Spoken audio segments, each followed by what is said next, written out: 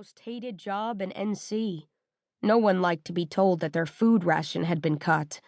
Unfortunately, the other kindergartners in Seamus's class had inherited their parents' prejudices. I knew how that felt all too well. "Toby again?" I asked, wiping a tear off his chubby cheek with my thumb. Seamus nodded, scrubbing at his snotty nose with his sleeve. He pushed me down, and he took my lunch ticket.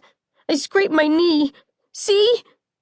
Tears momentarily forgotten, he proudly showed me a small scrape. Lunch tickets were given out to each family as part of their weekly allotment, and were the first thing taken away if a job was shirked or done poorly. Knowing your child would go hungry was enough to keep people reporting to work every day.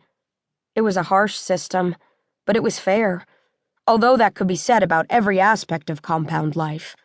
I frowned. No matter how good the system was, it hadn't prevented Seamus from being bullied. Toby's parents didn't seem to care that Toby stole Seamus's lunch tickets because they failed to provide them for him. "You are going to have to start standing up for yourself," I explained gently, pulling Seamus to his feet and brushing dirt off his uniform. He wiped his eyes and looked unconvinced. "You know he only takes it because he's hungry, right?"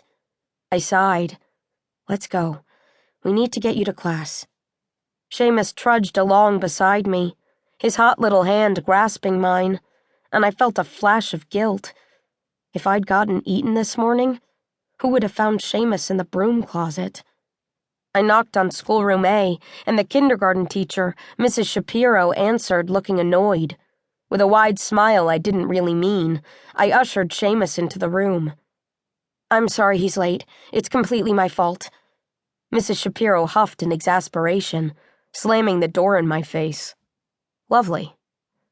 2 minutes later, I slid through my classroom door and into my desk in one seamless motion, keeping my eyes down in the hopes that Professor Lloyd wouldn't see me if I couldn't see him. Slipping my port out of my backpack, I laid it on my desk and finally looked up. Luckily, his back was to me as he scrawled out an agenda on the board. "Not bad," quipped a familiar voice at my elbow. I flicked my eyes up to see Shawn Riley grinning at me from across the aisle.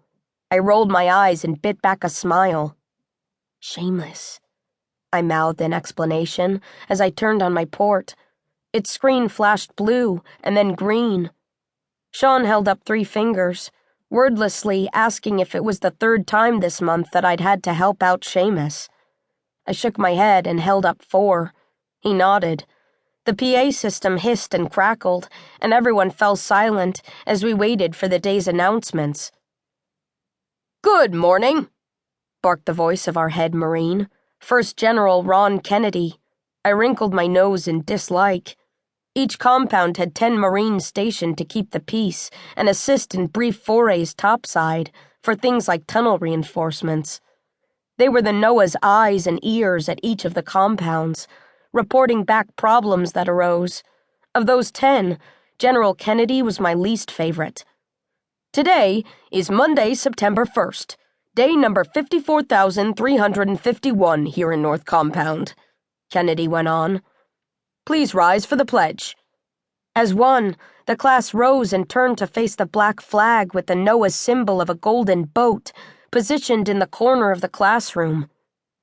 "We pledge obedience to the cause," the class chanted in unison, "of the survival of the human race, and we give thanks for our Noah, who saved us from extinction. One people, underground, indivisible, with equality and life for all." We took our seats. "Tunnel repairs are continuing," General Kennedy's voice went on. "So please avoid using the southern tunnels in section 29 to 34 unless absolutely necessary.